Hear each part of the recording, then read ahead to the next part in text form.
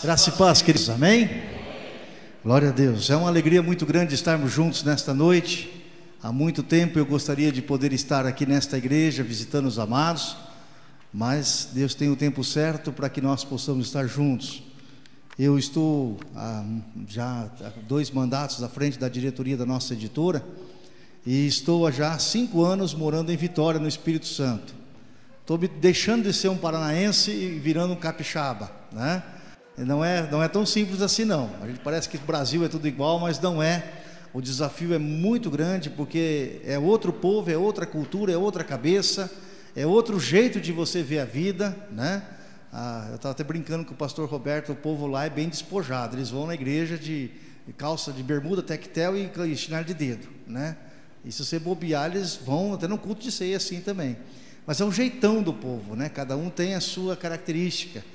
E Deus tem nos honrado, tem nos abençoado lá em Vitória, né? E nós temos feito assim um trabalho interessante. E eu trago também um abraço da igreja. Quando saímos de lá, os irmãos, nós estamos na campanha de 10 dias de jejum e oração por avivamento, e hoje de manhã passei na igreja para orar com os irmãos, e depois vim pegar o avião, e trago um abraço da igreja, né, para a vida dos irmãos. Em especial também um abraço da minha esposa para a Franciele e a Grazi. Ela falou: se você se encontrar lá, ela não sabia que a Fran estava aqui, sabia que a Grazi estava aqui em Curitiba, né? Mas fico muito feliz de ver a família, viu, Norberto? Norberto, Fran, Grazi, esse povo aí de Pato Branco, abençoado. Aliás, eu saí de Pato Branco com o coração partido, porque é uma terra muito boa, terra excelente. Se tem alguém aposentado aí, quer voltar para Pato Branco, pode voltar para Pato Branco, que lá é um bom lugar. Eu disse para Deus que eu morreria feliz em Pato Branco para o resto da minha vida, se Ele me deixasse lá. Mas Deus tem outros planos para a nossa vida, né? Porque na verdade o meu lugar, o seu lugar não é em Curitiba, o seu lugar é na glória celestial, amém, amados? Nós estamos aqui de passagem. Diga isso para esse irmão bonito que está ao seu lado. Eu e você só estamos aqui de passagem. Portanto, não se apegue àquilo que os seus olhos veem, amém? Nós não podemos nos apegar àquilo que os nossos olhos veem. Nós deixamos uma igreja lá em Pato Branco, uma estrutura bem montada. Hoje, pela graça de Deus, está melhor ainda do que nós deixamos na época, e fomos para Vitória no Espírito Santo, começando do zero. Nós colocamos a nossa mudança dentro de um Paraty, o que coube, deixamos um resto enfiado numa sala da igreja. Chegamos em Pato Branco com a mão na frente, em Vitória, com a mão na frente e outra atrás, para a gente arrumar um lugar, uma casa, né? E aí nós arrumamos uma casa. O lugar era perto do mangue. Vocês sabem que já moraram perto de mangue ou não? Vocês sabem o que é morar perto de mangue? Imagina um cheiro de ovo podre assim o tempo todo no ar. É cheiro de mangue, né? Nós fomos morar perto do mangue, num lugar muito bom, mas era perto do mangue. E aí Deus foi movendo, e a gente já está um pouquinho, já está próximo do aeroporto, já a nossa igreja, né? E pela graça de Deus, o próximo pulo, agora nós vamos para um espaço maior ainda. E Deus tem honrado de uma forma muito especial a minha vida, honrado a minha família. Depois da ministração a gente vai falar um pouquinho sobre isso, mas eu quero agradecer de uma forma muito especial a essa igreja. Esta igreja, queridos, era uma igreja muito comprometida com missões. Lá em Pato Branco, eu posso falar isso porque quando eu cheguei lá, existiam alguns bens e equipamentos que foram desta igreja, que os irmãos tinham cedido e estão lá até hoje funcionando, servindo ao Senhor naquele lugar. Então, quando nós investimos em missões, Deus honra de uma forma especial a igreja que cede, e Deus honra aquela igreja também que recebe o benefício de missões. E eu tenho sim uma alegria muito grande. Estou completando 10 anos como missionário, e tive que tomar uma decisão na vida agora este ano, porque o pastor Elias já estava me desafiando para ir para uma outra cidade, para uma outra capital. Eu falei: chega, eu tenho que parar um pouco, senão eu não construo nada na vida, né? Eu só vou fazer, plantar, e eu preciso colher um pouquinho também. Mas Deus sabe todas as coisas, e nós estamos muito felizes estando ali em Vitória, no Espírito Santo. Do Paraná agora só tem minha mãe, que mora em Londrina, e não tenho mais nada aqui no Paraná, né? Eu vendi a minha propriedade que tinha aqui, estamos comprando lá para a gente poder estabelecer a nossa vida num lugar e fazer aquele ministério que Deus tem para nós. Eu entendo que ministério não é algo que você faz 1 ano, 2 anos, é um investimento de 10, 12, 15 anos de um pastor na igreja, para que a igreja tenha sustentação ao longo dos tempos e ela de forma especial seja muito abençoada pelo ministério do pastor em especial, né? Então eu quero deixar essa palavra ao seu coração de agradecimento, porque nesses últimos 10 anos tenho visto como Deus tem abençoado esta casa, tem abençoado esta igreja, e eu sei que Deus tem muito mais para a vida dos irmãos. Então abra o seu coração, porque Deus vai fazer, Deus vai responder, e este tempo é tempo de bênção, é tempo de colheita na vida dos irmãos também, em nome de Jesus, amém, queridos? Eu quero ministrar ao seu coração uma palavra que o Senhor ministrou ao meu coração essa semana, quando eu pedia ao Senhor uma palavra para a sua vida nesta noite. Eu não o conheço, não sei quais são as suas lutas, as suas dificuldades, mas o tema da mensagem desta noite é como resistir e vencer. Como resistir e vencer. Nós, queridos, sofremos muitos ataques. Nós cristãos, mesmo quando não somos cristãos, nós sofremos ataques, porque o inimigo não diferencia quem é crente e quem não é, viu? Tem gente que pensa que porque você vai ser crente, vai vir mais luta. Não, a luta vem para todo mundo. O inimigo não está nem um pouco preocupado se você é crente, vai à igreja ou se você não é. O inimigo te odeia simplesmente porque você existe. O inimigo te odeia porque Deus criou você para a glória dele. O inimigo te odeia porque você é a joia da coroa da criação de Deus. Por isso que ele odeia o homem, o ser humano. E a Bíblia diz em João 10:10 que ele vem para roubar, matar e destruir. Se tem uma coisa que o diabo sabe fazer bem feito, é roubar, matar e destruir. E nós, queridos, precisamos aprender a vencer. Pastor, mas Jesus já não venceu na cruz do Calvário? Sim, Jesus já venceu. Mas a grande questão é que eu e você estamos em meio a uma caminhada. É como se nós estivéssemos ainda no deserto, é como se nós tivéssemos saído do Egito e saímos do Egito, fomos transportados do reino das trevas para o reino da luz, porém nós ainda não chegamos na Canaã celestial. Ela já é nossa, o nosso lugar já está preparado, o nosso passaporte já está pronto, está tudo preparado, porém ainda não chegamos lá, e precisamos chegar. E para que eu e você possamos alcançar as vitórias que Deus tem para mim e para você nesta vida, nós precisamos compreender este conceito fundamental que o livro de Tiago nos ensina, que Tiago nos fala a respeito de lutar, de resistir e de vencer, amém, amados? Porque Deus quer que você seja o quê? Mais do que vencedor, amém, amados? Não apenas vencedor, mas mais do que vencedor. Espiritualmente nós já somos, mas no dia a dia da prática nós precisamos confirmar isso. Abra então sua Bíblia em Tiago, no capítulo 4, versículo 7. Tiago capítulo 4, versículo 7. Apenas um versículo.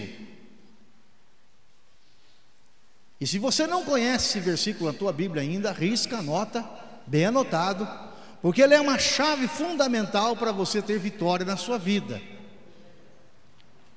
Tiago capítulo 4, versículo 7. A palavra de Deus diz assim: sujeitai-vos, pois, a Deus, resisti ao diabo, e ele pulará em vós. É isso que está escrito na Bíblia? Sim ou não?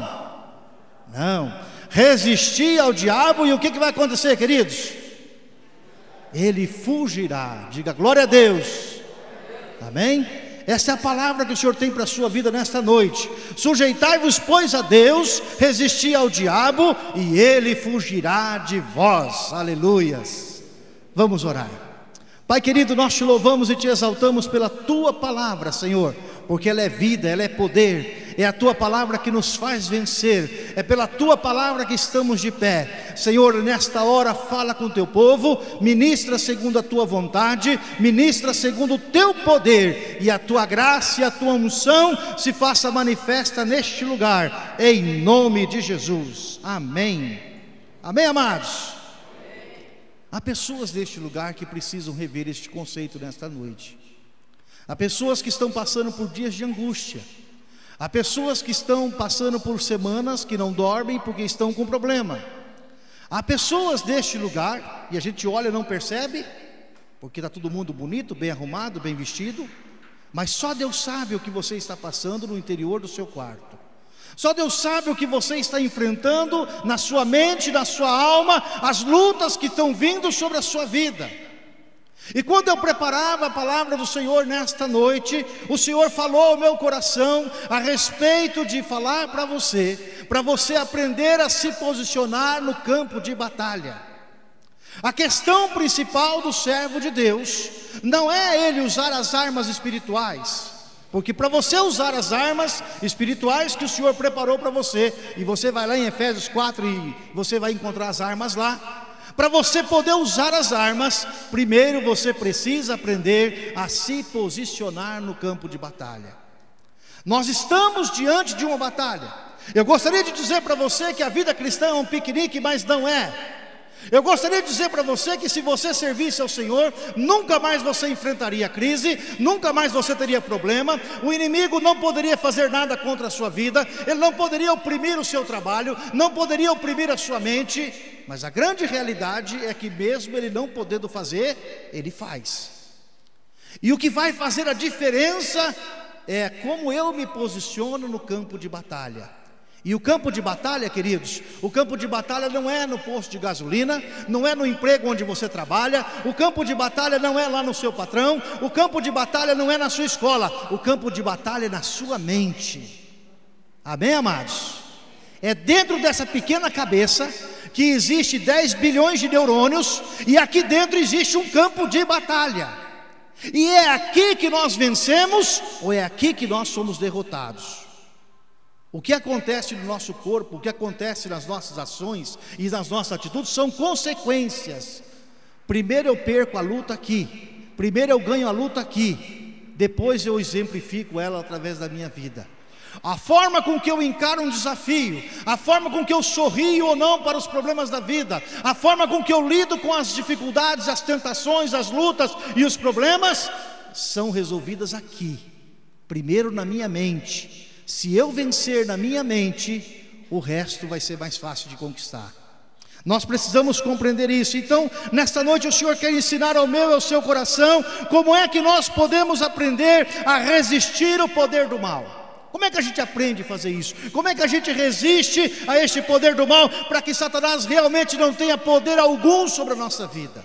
Ele não tem poder, mas se eu achar que ele tem, ele tem. E aí eu preciso trabalhar isso com a minha mente. Então a primeira coisa que eu quero dizer para você nesta noite é que você precisa aprender a resistir a Satanás, rejeitando o orgulho. A maior arma que Satanás usa contra a minha vida e a sua vida, e contra a vida do ser humano em geral, é o orgulho.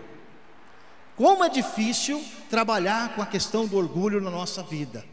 Não lembrou de mim, não falou meu nome, não me citou naquela reunião. Como nós temos dificuldade de lidar com isso, porque o nosso ego vem para fora e nós começamos a exigir direitos e coisas e mais coisas, e não aceitamos a nossa posição, não aceitamos muitas vezes o nosso lugar. Por isso que antes de lutar com este inimigo, você precisa se posicionar, e quando você se posiciona, você se coloca ou na direção de Deus, ou na direção do inimigo. Se você quer estar do lado de quem vence, e só tem um vencedor nessa história e nós sabemos quem é, Jesus Cristo já venceu, e Ele vai vencer de novo, porque no último dia Satanás será totalmente destruído. Ele já venceu e continuará vencendo, e se nós continuarmos, que nós também continuaremos vencendo. A única coisa que eu e você precisamos aprender a fazer é nos posicionar, é saber de que lado que nós estamos nesta batalha. Deus nunca vai requerer de você que você seja mais do que o seu irmão.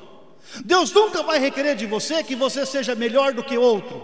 Deus nunca vai requerer de você que você seja mais isso ou mais aquilo. Ele requer simplesmente que você se posicione diante da batalha, que você escolha o lado claro onde você vai ficar, que você não ceda às tentações do inimigo, que você não ceda à luta que está ocorrendo na sua mente, mas que você resista. E Satanás usa as armas que ele tem contra a nossa vida. Por isso que ele usa uma arma terrível, que é o orgulho. E nós precisamos entender, queridos, que essa ideia de sujeição, quando Deus fala sujeitai-vos, pois, a Deus, Jesus está dizendo, através de Tiago, a respeito de uma tática, de uma estratégia militar. Um bom soldado pode ser um excelente soldado, mas se ele não estiver submisso ao comando central do seu capitão, do seu general, ele vai ser um péssimo soldado no campo de batalha. Ele vai ser muito mais aliado do inimigo do que aliado do capitão dele. Nós, como crentes, precisamos aprender a nos sujeitarmos completamente ao Senhor, porque se nós não formos 100% do Senhor, nós não podemos ser 80%. Ou nós somos do Senhor ou nós não somos. Um dos grandes problemas dos crentes é ficar em cima do mundo, em cima do muro. Ora queremos mais de Deus, ora queremos alguma coisa do mundo. Ora temos vontade de servir ao Senhor, ora nós temos vontade de não servir ao Senhor. O crente que vive de altos e baixos. Quando a crise aperta, ele corre para a igreja. Quando a coisa melhora, ele some para o mundo. E você fica procurando, cadê aquele irmão que participou da campanha de oração? Cadê aquela irmã que vinha orar todo dia na igreja? Cadê isso, cadê aquilo? Aí você vai ver o seguinte, não, o problema dele foi resolvido, agora ele está bem. Ele não precisa de Deus. Mas o posicionamento que Tiago está falando aqui, não é só quando você está mal. O posicionamento aqui é todos os dias em nossa vida. Quando Tiago fala a respeito de sujeitar-vos ao Senhor, significa me colocar em todo tempo, em todo momento, debaixo da autoridade do Senhor sobre a minha vida, amém, amados? Isso faz uma grande diferença. E se Jesus é o meu comandante e eu não obedeço, então o inimigo vai ter poder sobre a minha vida. Porque todas as vezes que eu não obedeço a Jesus como Senhor na minha vida, o inimigo ganha direito e autoridade para aprontar contra a minha vida. Porque a desobediência é o princípio do pecado. O pecado não é matar, roubar, adulterar, fazer isso aí é consequência. Para eu pecar, eu preciso desobedecer ao Senhor. Antes de eu pecar fisicamente, eu preciso desobedecer a Deus. E é aí que nós estamos no nosso campo de batalha, e que nós precisamos lutar todos os dias, e perceber quando os pensamentos estão entrando, quando alguma coisa está invadindo a nossa mente, quando uma emoção negativa está invadindo o nosso coração, está nos jogando para baixo, fazendo com que a gente tenha a sensação de ser derrotado. Eu preciso então me posicionar. Eu preciso lembrar quem é Deus na minha vida, o que Ele tem feito por mim, como Ele tem tratado os meus problemas, como Ele tem lidado com as minhas situações. Porque senão eu começo a achar que Deus não vai dar conta do recado. E eu começo a achar que se eu começar a passar muito para o lado de Deus, Deus vai talvez não ligue tanto para mim, e eu vou começar a ter problema com o diabo. Esse é um engano que muitas pessoas caem nesses dias. Para eu me submeter a Deus, queridos, eu preciso deixar o meu orgulho de lado. Não há possibilidade alguma de você submeter-se a Deus e você continuar orgulhoso. Pastor, mas eu não tenho nada para me orgulhar.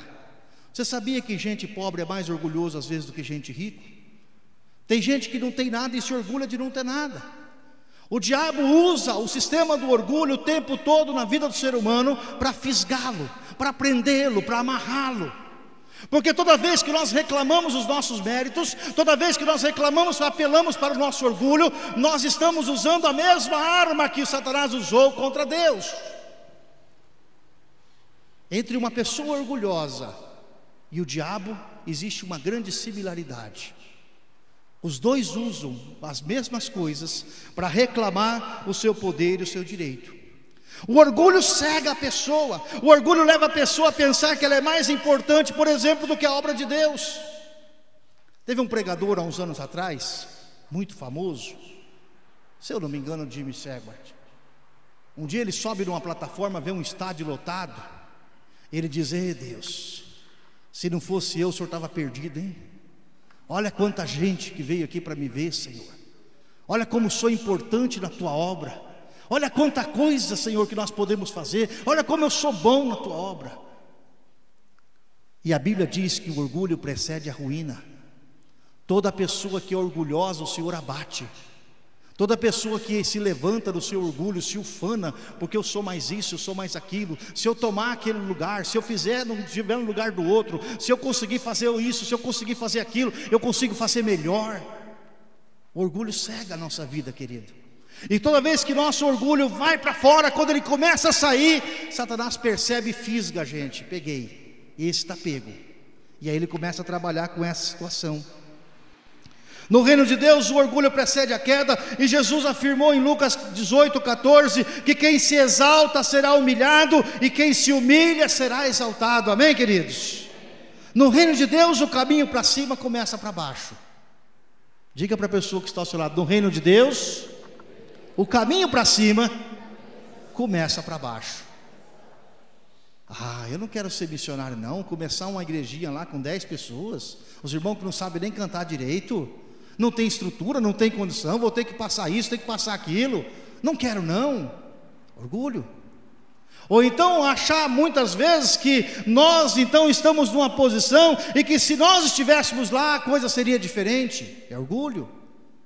Nós nunca podemos pensar sobre isso, queridos, porque se nós fazemos alguma coisa é pelo Senhor que fazemos. É Ele quem nos capacita a fazer. Não há mérito algum em nós que fazemos, porque quem capacita para fazer é o Senhor. Amém, queridos? Pastor, mas o senhor tem feito um bom trabalho. Glória a Deus, mas a glória é dele. E eu não posso deixar isso subir ao meu coração. Eu não posso dormir achando que estou fazendo um grande trabalho e que por isso eu posso. Porque aí entra a teologia do eu posso. Já que eu sou tão bom assim, eu posso dar uma escorregadinha. Existem alguns meios, algumas situações, e nós temos visto muitos pastores caindo, queridos, muitos. Eu sou tão santo, eu sou tão próximo de Deus, que eu posso dar uma deslizadinha. E aí nós vamos ver como é que Deus trabalha, porque para Deus, querido, Ele leva muito a sério essas coisas. Deus leva muito a sério quando você leva o nome dEle estampado no seu peito. Deus leva muito a sério quando você está no campo de batalha e Ele sabe que você está lutando e Ele quer você mais do que vencedor. Por isso que muita gente tem caído, porque a palavra do Senhor diz em 1 Pedro capítulo 5, no versículo 6 e 7: humilhem-se, pois, debaixo da poderosa mão de Deus, para que Ele os exalte no seu devido tempo. Lancem sobre Ele toda a vossa ansiedade, porque Ele tem cuidado de vós. Aleluia. Às vezes você está passando por um problema de opressão no seu trabalho. Teu chefe começa com inveja, começa a bloquear e começa a pesar e começa a brigar, e aí você não sabe como lutar. E em vez de você usar as armas espirituais, se posicionar diante de Deus, você entra no jogo do inimigo. Durante mais de 20 anos da minha vida eu fiz isso. Eu era sindicalista, eu estava compartilhando com o pastor Roberto. Se os meus amigos daquele tempo, que entraram comigo na companhia de água, são todos gerentes, superintendentes, é tudo gente que está no poder. Aquela cúpula que está no Ministério das Comunicações, é tudo gente que caminhava comigo. Mas por não entender, por não conhecer os princípios da palavra de Deus, e não importa se você não conhece e é ignorante, você apanha do mesmo jeito. Porque existem leis universais que regem a nossa vida. Quer você seja cristão, quer você não seja, a lei funciona. Então, em vez de me humilhar e deixar Deus trabalhar, ou deixar a circunstância trabalhar, eu subia no caminhão e vamos fazer greve, e vamos brigar. O pessoal da empresa lá reclama até hoje, fala: pô, depois que você saiu de lá, nunca mais tivemos bons aumentos de salário. Mas aquilo me custou muito caro. Por quê? Porque por trás deste processo, que aparentemente é bom, tinha um princípio que estava baseado em dar lugar ao diabo. Estava baseado numa crítica ou na forma de lidar com as coisas, não de forma proativa, mas de forma negativa, embora desse resultado para a categoria. Mas isso me custou muito caro, por não saber me posicionar no campo de batalha. Então Deus resiste, queridos, Deus resiste de todas as formas ao orgulhoso. Então quando um crente, quando um irmão está passando por luta, quando está sendo muitas vezes perseguido, ou quando muitas vezes está tendo que enfrentar um desafio, a melhor coisa que ele precisa aprender a fazer é humilhar-se debaixo da poderosa mão do Senhor. Amém, queridos? porque não há choro que dure a noite inteira. Pela manhã o Senhor vem trazer a resposta. O servo de Deus tem que aprender a aguentar firme as ciladas da vida, as dificuldades que ele passa na vida, muitas vezes dias de humilhação, muitas vezes dias em que ele não tem prazer, mas se ele se permanece firme, se ele fica firme no Senhor, se ele coloca o seu coração diante do Senhor, se ele se humilha muitas vezes para o chefe que não merece, Deus ouvirá e Deus honra a vida dele. Deus honra, queridos. Aliás, se tem uma coisa que Deus tem prazer em honrar, Deus tem um prazer tremendo em honrar a sua vida. Deus não tem prazer em ver você sofrer, Ele tem prazer em ver você ser honrado. Só que muitas vezes nós precisamos sofrer, porque Deus precisa quebrar o nosso orgulho, e aí Deus coloca a gente para trabalhar com a pessoa que nos espezinha o tempo todo. Deus põe a gente para trabalhar com uma pessoa que fica o tempo todo depreciando a nossa vida. Mas imagina a situação de Ana e Penina morando numa casa, a mulher espezinhando a outra o tempo todo. Isso acontece todos os dias. Morando com a sogra, muitas vezes. Morando com um parente, dependendo de um parente, e o parente falando. São situações da vida. Mas o segredo é não brigar, o segredo é se humilhar debaixo da poderosa mão do Senhor e deixar que Ele exalte, que Ele glorifique o nome dEle sobre a sua vida, porque você vai receber a recompensa do Senhor, amém, amados? No Salmo 10, no versículo 17, a palavra do Senhor diz assim: tens ouvido, Senhor, o desejo dos humildes, tu lhes fortalecerás o coração e lhes acudirá, aleluias. Quando uma pessoa é humilhada, querido, e ela está na direção do Senhor, ela está posicionada com o Senhor, aquela oração daquela pessoa bate firme com Deus, e Deus ouve, Deus entra e traz a resposta, e Deus abençoa de uma forma especial, amém, amados?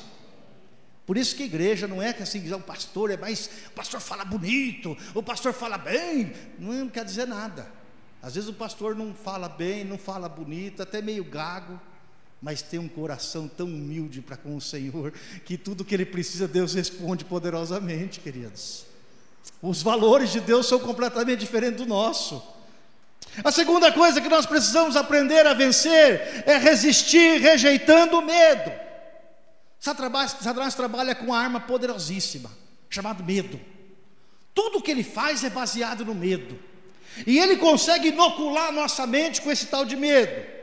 E na medida em que nós nos envolvemos com este mundo, mais aumenta o nosso medo. Olha, pastor, essa semana eu tenho que trabalhar muito, eu não posso vir à igreja, eu vou ficar 4 meses sem vir à igreja, porque eu tenho que trabalhar muito. Sabe o que vai acontecer? A sua mente vai começar a ser invadida pelo diabo. Aí o pastor pergunta: por que você tem que trabalhar muito, meu irmão? Porque não tem nem um dia que você possa vir à igreja. Não, pastor, não tem, porque o senhor sabe, né? A gente tem que ganhar o pão de cada dia. E aí nós nos esquecemos que quem dá o pão de cada dia é o Senhor sobre a nossa vida, amém, queridos?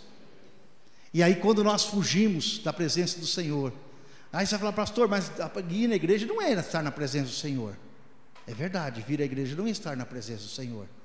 Mas eu duvido que, se não tiver um compromisso para vir orar aqui na igreja, você ora na tua casa 1 hora.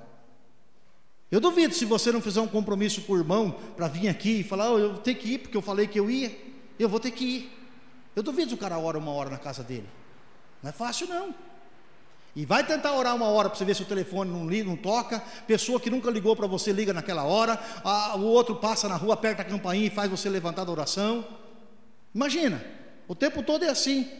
Então, queridos, o inimigo faz de tudo para invadir a nossa mente e colocar medo.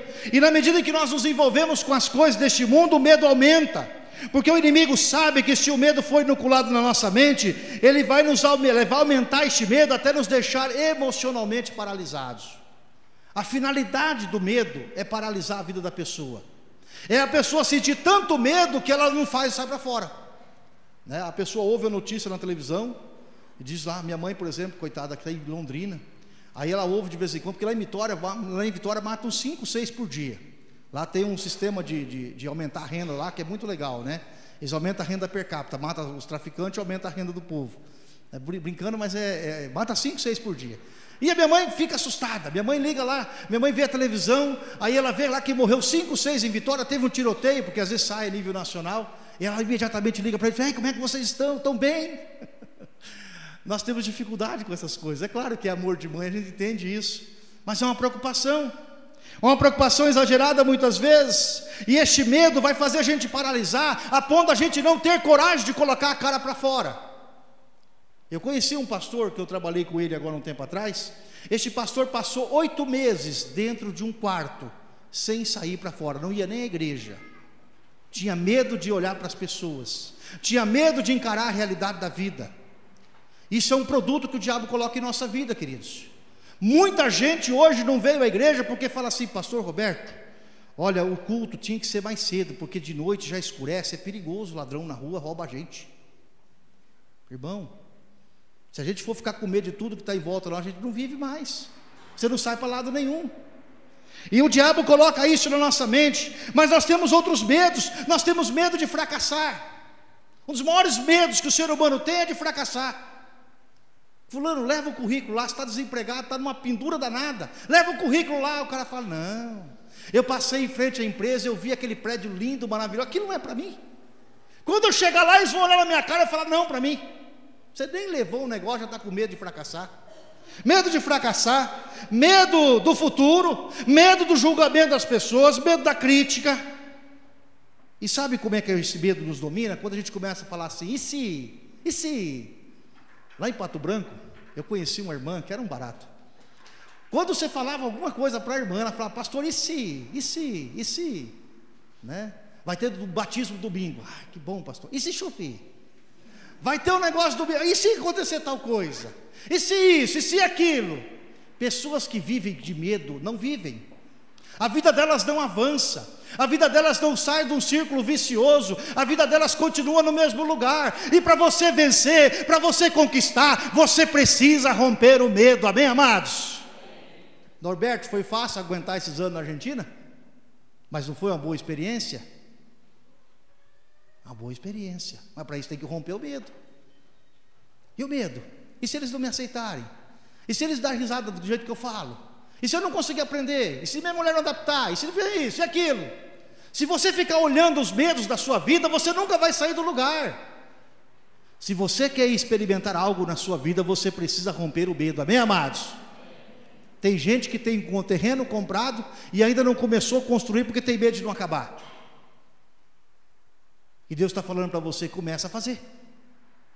Ah, pastor, mas eu não tenho dinheiro para fazer o sonho. Começa a fazer. Não tem dinheiro para fazer o alicerce inteiro? Começa a fazer o alicerce de uma parede. Não tem dinheiro para fazer tudo? Faz metade. Mas faça, comece a fazer na sua vida. Não fique esperando as coisas acontecerem para você realizar os seus sonhos. Durante mais de 20 anos eu lidei com um monte de operário. E sabe o que eles faziam no café da manhã? A gente chegava para trabalhar, serviço público, uma maravilha. Aí das 8 até as 9 a gente tomava café, falava do futebol. Às 9 horas nós falávamos dos nossos sonhos. Das 9 até as 10 a gente falava do sonho. Aí quando chegava pouco antes do almoço, aí não dava para começar a trabalhar, porque aí já chegava perto do almoço, tem que esperar virar o horário para poder começar a trabalhar à tarde. Mas enfim, sabe o que os meus colegas diziam? Quando eu me aposentar, eu vou comprar uma chácara. Quando eu me aposentar, eu vou construir a casa dos meus sonhos. Quando eu me aposentar, eu vou fazer uma viagem de férias com a minha mulher. Quando eu me aposentar, eu vou fazer um cruzeiro. Sabe o que aconteceu com esses colegas que se aposentaram, queridos? Estão mortos, morreram. E uns, as mulheres estão tão felizes da vida, porque agora elas têm uma oportunidade muito melhor na vida. Querido, se você não aproveitar o tempo que Deus te dá hoje aqui na face da terra, nunca mais você vai aproveitar.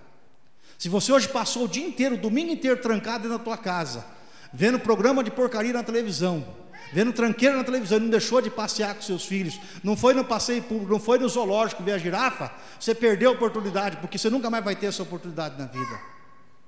A vida é feita de momentos da nossa vida que temos que realizar todos os dias. Não dá para ficar vivendo o dia de amanhã, queridos. Para com esse negócio de viver com base no medo. Ah, pastor, mas sabe o que é? É que é melhor pingar do que secar. Que é isso, meu irmão? Que é melhor pingar do que secar o quê? O melhor é vir bastante, não é vir pingar do que secar, não.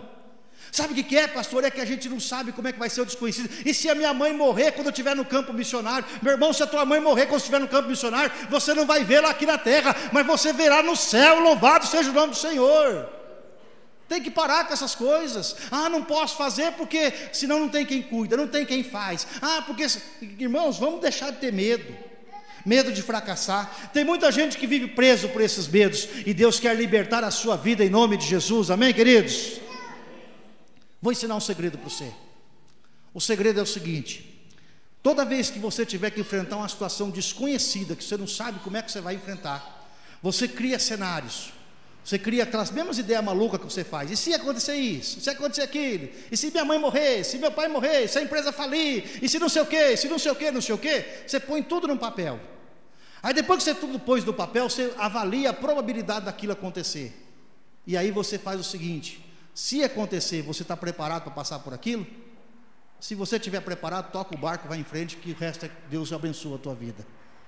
Para e pensa, mas não fica parado, não fica preso na sua vida, não fica rodando em volta durante tantos e tantos anos, vivendo um sonho que você nunca realiza. Deus quer que você seja um realizador de sonhos, amém, amados?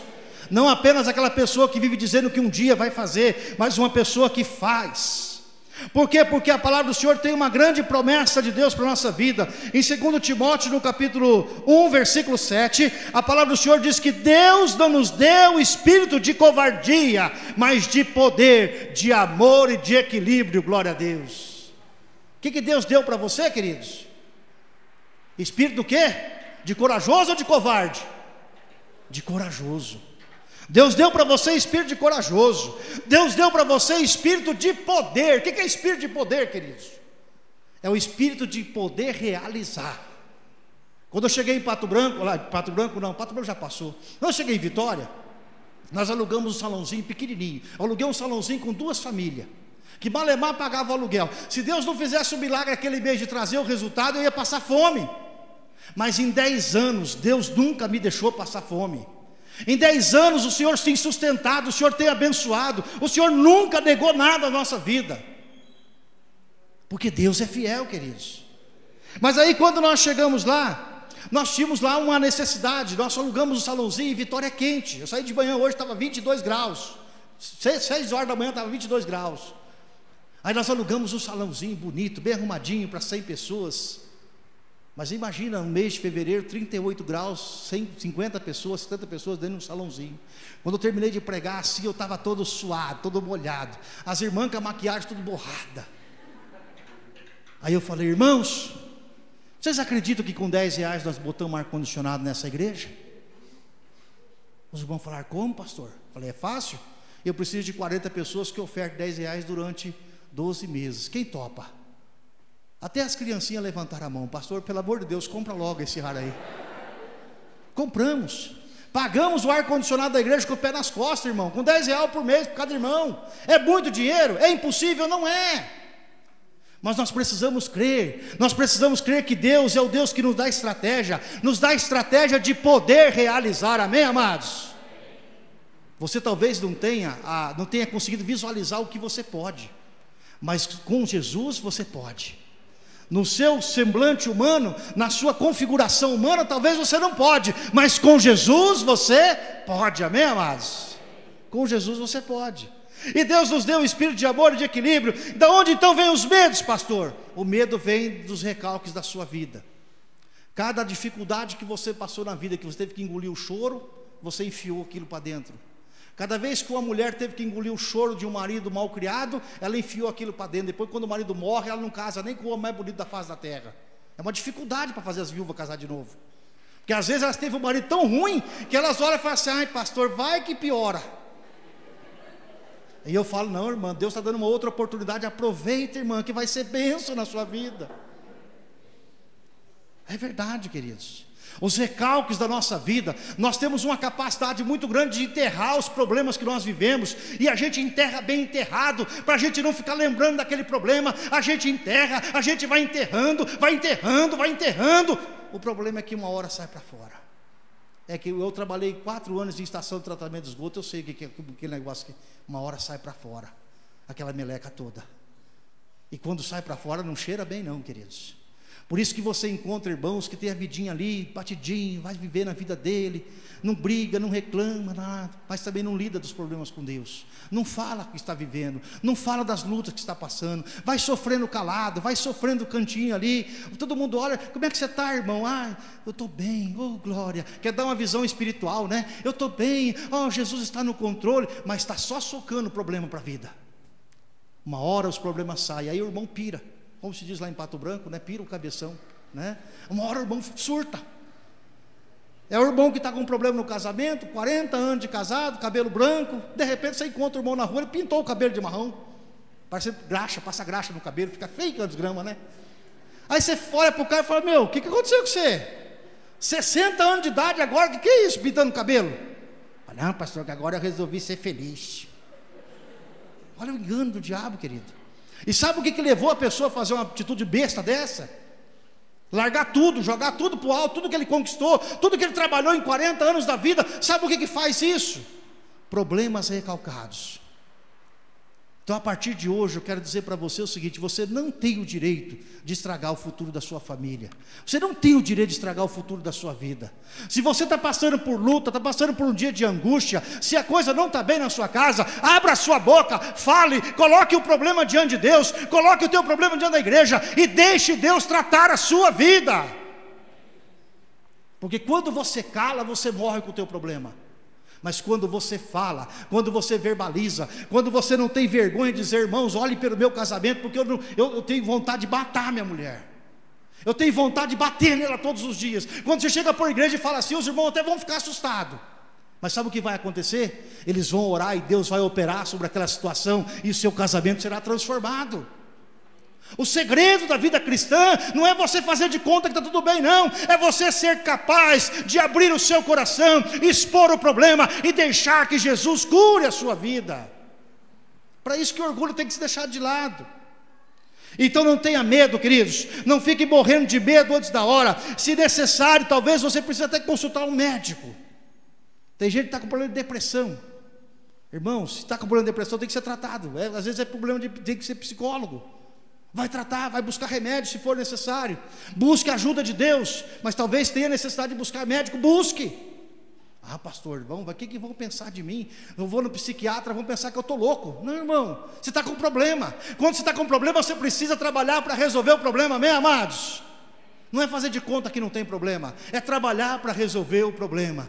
Pastor, mas o que a igreja vai pensar de mim? Irmão, não importa o que a igreja pensa, não importa o que o outro irmão pensa, não importa o que o seu vizinho pensa, o que importa é o que Deus pensa sobre a sua vida. E Deus quer o melhor para você, Ele não quer o pior. Então abra o seu coração. Terceira coisa, resista orando por milagres. Nós queremos ver milagres, mas nós temos vergonha de orar por milagres. E Deus quer que você comece a visualizar milagres da sua vida, porque tem situações na sua casa, situações no seu trabalho, situações na sua empresa, que é só o milagre de Deus para restaurar aquilo, só o milagre de Jesus para mudar aquela situação, e você precisa orar por milagre, porque o milagre manifesta o poder e a glória de Deus, amém, queridos? O milagre é quando você não pode fazer mais nada, e somente Deus pode fazer. Então ore por milagres. Às vezes nós fazemos oração assim, Senhor, eu estou passando por uma luta muito grande, mas o Senhor sabe, seja feita a sua vontade. Isso não é oração por milagre, me desculpe, mas não é.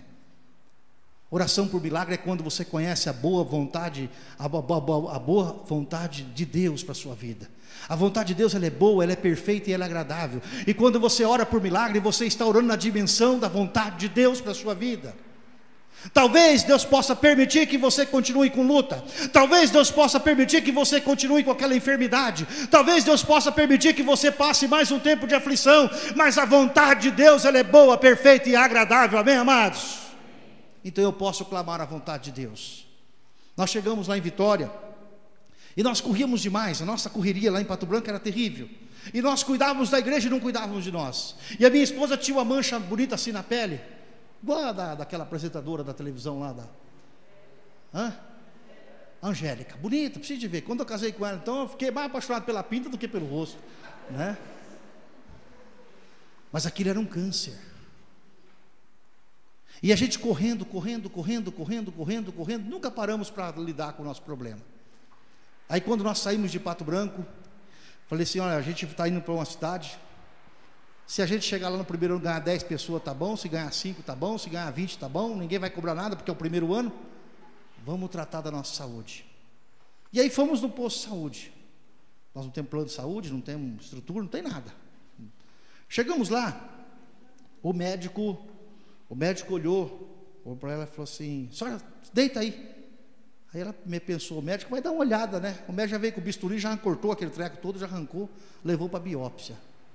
3 dias depois o médico veio com a notícia, falou, olha, isso aí é câncer maligno, e a senhora vai ter que fazer mais um tratamento, vai ter que fazer quimioterapia, vai ter que fazer radioterapia, talvez, a gente vai ver agora o que vai ter que fazer.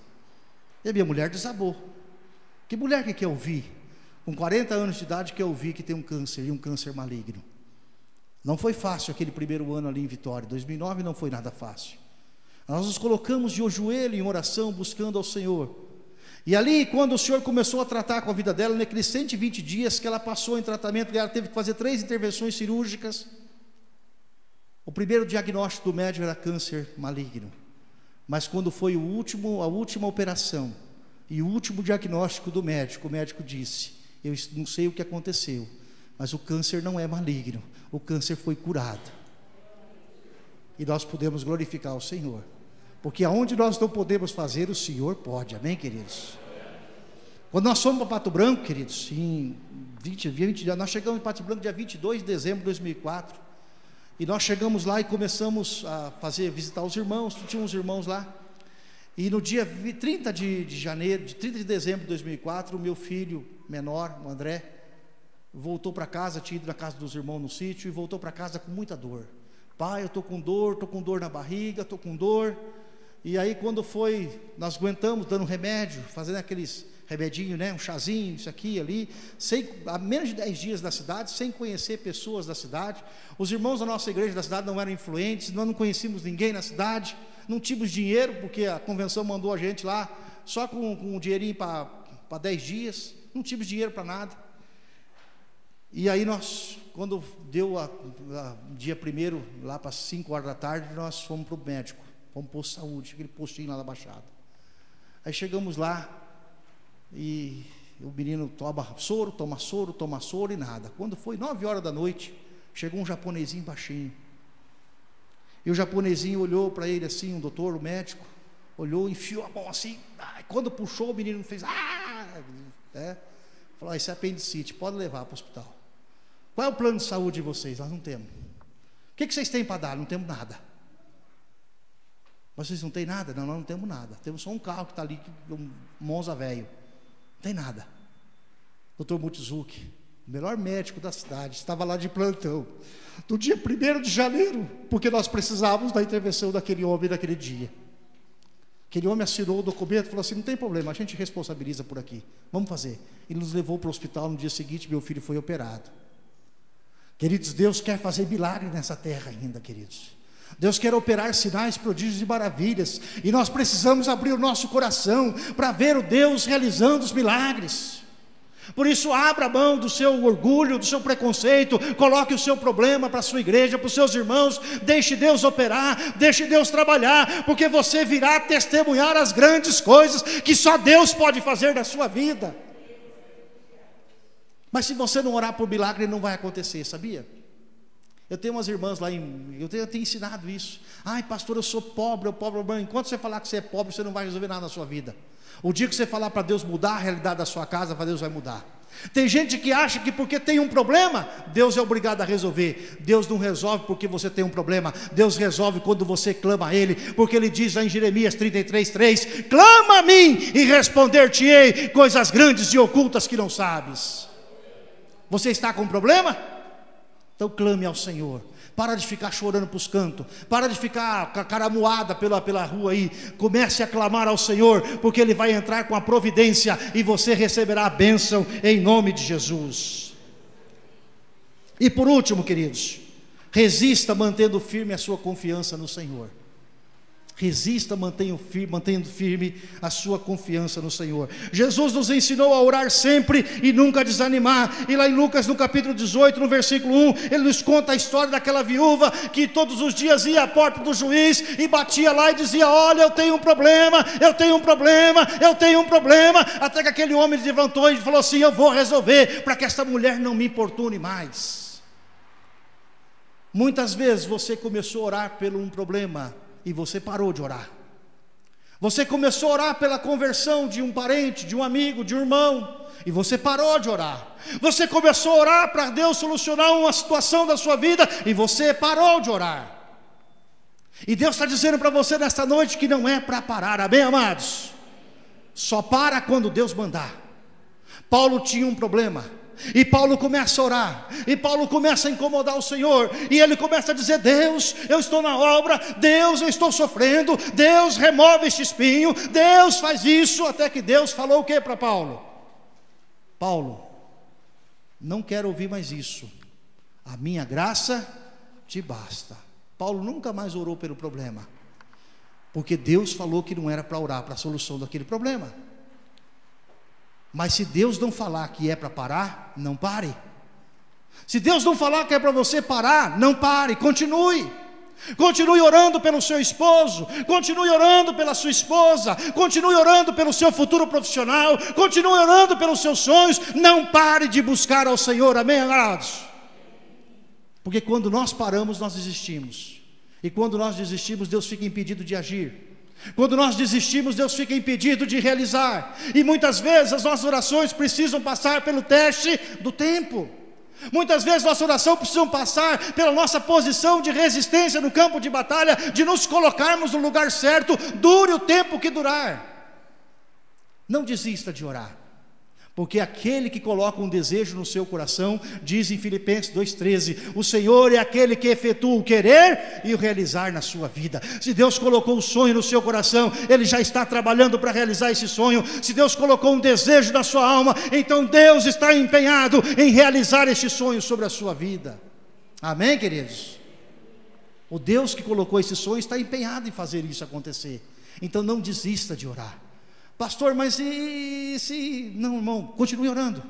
Mas tudo indica que não vai dar certo. Mas continue orando, continue orando. Deus é fiel e responderá a sua vida em nome de Jesus. Por isso aprenda, querido, a estar satisfeito. Aprenda a buscar no Senhor. Aprenda a ter firmeza, para que Deus possa operar os sinais, Deus possa operar as maravilhas em nome de Jesus. Amém, queridos? O que a Bíblia diz sobre você? Eu separei 8 coisas aqui.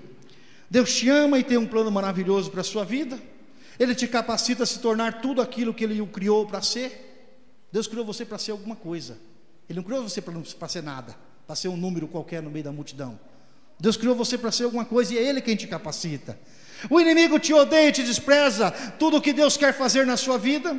Deus lhe deu poder de domínio sobre a terra para os seus propósitos divinos. O inimigo quer este poder para realizar seus próprios desejos. O inimigo é intrometido e quer destruir você neste processo. Porém Deus nunca mente, e a sua força e o seu poder não se compara do inimigo. Por isso ocupe de volta o teu território no arraial do Senhor, e deixe Deus operar os sinais e as maravilhas em nome de Jesus. Amém, queridos? Essa é a palavra que eu quero deixar ao seu coração. E se você gosta de Facebook, alguns gostam de Facebook, coloca no seu Facebook amanhã uma frase bem legal. Diz assim: vou resistir e permanecer firme, meu lugar é no exército dos vencedores. Amém? Vamos repetir? Vou resistir e permanecer firme, meu lugar é no exército dos vencedores. Aleluias, glória a Deus. Amém? Tem uma música para tocar para a gente encerrar com oração? Vamos lá, rapidinho. Eu quero orar com a sua vida, querido. Gente boa, gente maravilhosa, mas eu sei que você não é diferente de mim. Você tem as suas lutas, suas ansiedades, os momentos que você deseja ficar com a coberta debaixo da coberta o dia inteiro. Você é um ser humano, mas Deus fez você para ser um vencedor também, para você alcançar para você ver com seus olhos a mão de Deus operando. Não quero deixar a palavra ao seu coração. Vamos todos em pé em nome de Jesus. Os meninos, a equipe de louvor abençoada vai cantar. Depois da música deles nós vamos orar. Deixe a música falar com o seu coração nesta hora.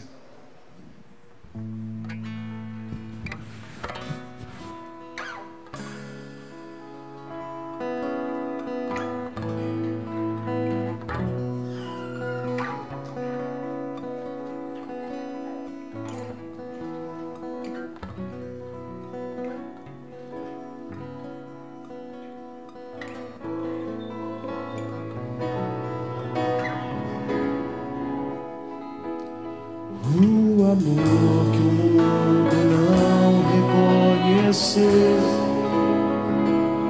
a própria cruz para me salvar, Ele venceu. E face a face ao te encontrar, em grande graça me levou. Eu creio em ti.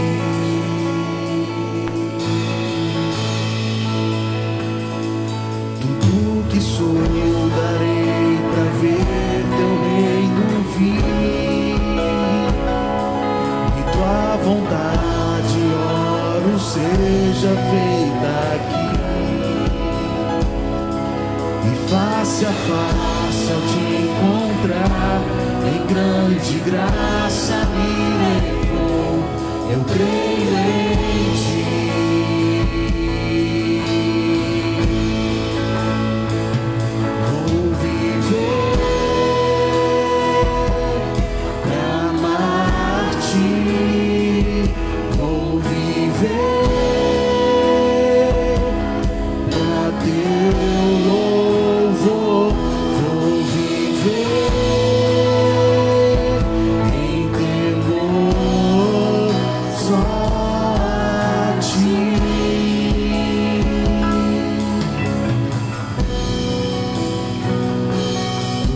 A voz que o mundo chama a viver,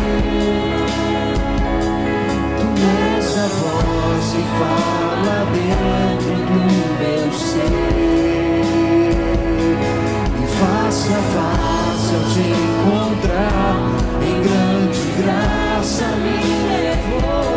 Eu creio em ti.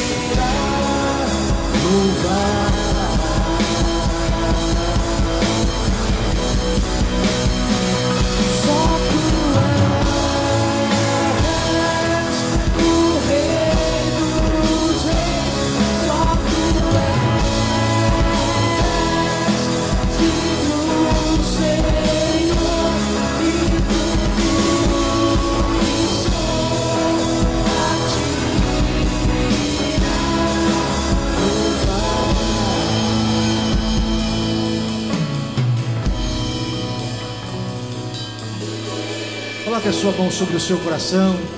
Quantos músicos continuam tocando? Deixa o Espírito Santo de Deus operar algo na sua vida nesta noite. Senhor, Tu conhece cada vida aqui presente, Senhor. Tu conhece, Senhor, as ansiedades, as lutas, as dificuldades, ó Deus, que tem tirado a paz, que tem tirado a alegria, Senhor, na vida desta irmã, deste irmão. O Senhor conhece, ó Deus, as incertezas que tem passado por esta mente, Pai. Meu Deus, o Senhor é o Deus fiel. Por isso nesta hora, Pai, em nome de Jesus, nós oramos, ó Deus, clamando, Pai, para que o Senhor venha revestir estas vidas com o Teu poder. Meu Deus, se tem alguém no nosso meio nesta noite que está passando por um dia de angústia, de solidão, de tristeza, meu Deus, começa agora a invadir, a encher este coração. Vai tirando, ó Deus, completamente os pensamentos, as mentes, a ideia que o inimigo tem tentado colocar nesta mente.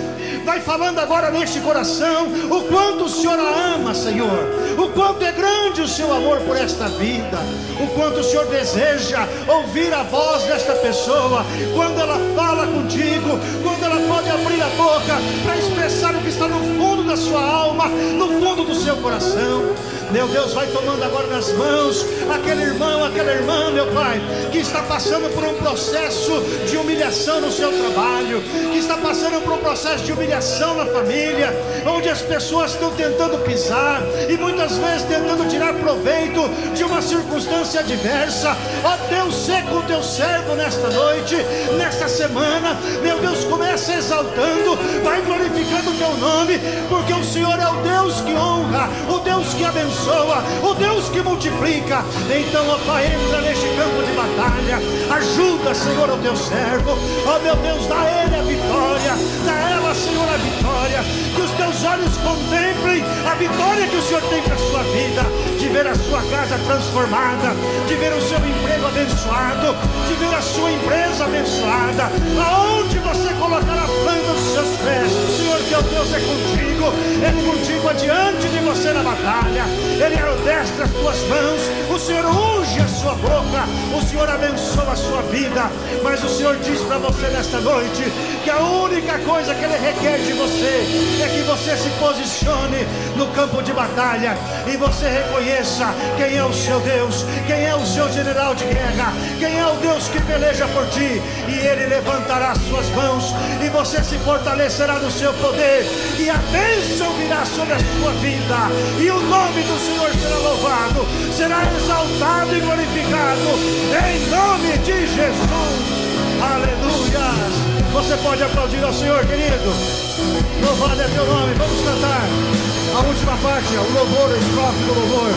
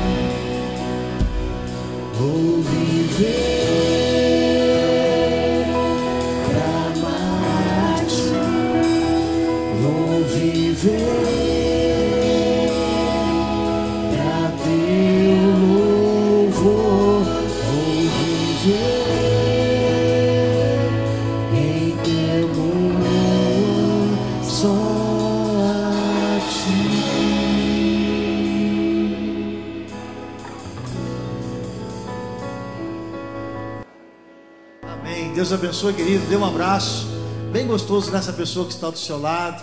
É muito bom poder estar com vocês.